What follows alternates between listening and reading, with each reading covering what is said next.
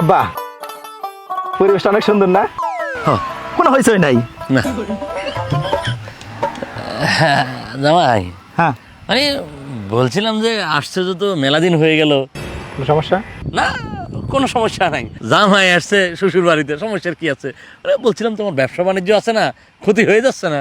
আব্বা যে কি বলেন আপনি, আপনি তো সেই যুগের মানুষ। এখন তো অনলাইনের যুগ, দেখেন সিসি ক্যামেরা লাগাই দিছি দোকানে, এই যে দেখেন ওই যে কাস্টমার আসছে, ওই যে কিনতেছে, বাহ এখান থেকে সব কিছু কন্ট্রোল করতেছি, যাওয়ার তো কোনো দরকারই নেই বাড়িতে। বাহ, দারুণ সিস্টেম। হ্যাঁ সুন্দর, একদম মোবাইলে সব কিছু নিয়ন্ত্রণ করা যাচ্ছে, ভালো। মানে ওই এলাকার লোক নানা ধরনের কথাবার্তা বলে, এই আর কি। কি বলে? বলে জামাই তো আসছে শ্বশুর বাড়িতে, মেলা দিন হয়ে গেল, এতদিন শ্বশুর বাড়িতে জামাই থাকে নাকি, এই আর কি। এটা কে বলছে এটা? ওনাকে আমার সাথে কথা বলতে বলেন, আমি ওনার সাথে এই বিষয়ে কথা বলবো। না, তোমার কথা বলতে হবে না, শ্বশুর বাড়িতে জামাই আসছে, জামাইয়ের যতদিন মন চায় থাকবে।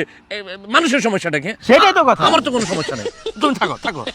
মানে বলছিলাম তোমার বাবা মাকেও তো দীর্ঘদিন দেখো না, মানে আমার ওই বেআই বেআইনের কথা বলতেছি আর কি, তাদেরও তো খারাপ লাগতে পারে, তাই না?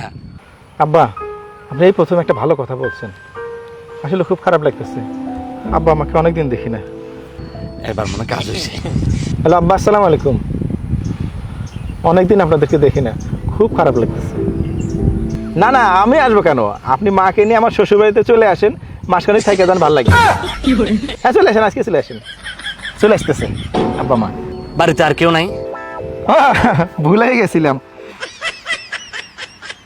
হ্যাঁ আব্বা, ওই জুলেখাকে সাথে নিয়ে আসো। আরে এক মাস স্কুল না খুলে কি হইব, আজকাল স্কুলে কোনো পড়াশোনা হয়? হ্যাঁ আসুক, ঘুরে গেলে ভালো লাগবে। ছোট বোন আসতেছে। আসুক, আত্মীয় স্বজন যা আছে সবাইকে নিয়ে আসতে বলো, একসাথে থাকলাম আরো ভালো লাগবে।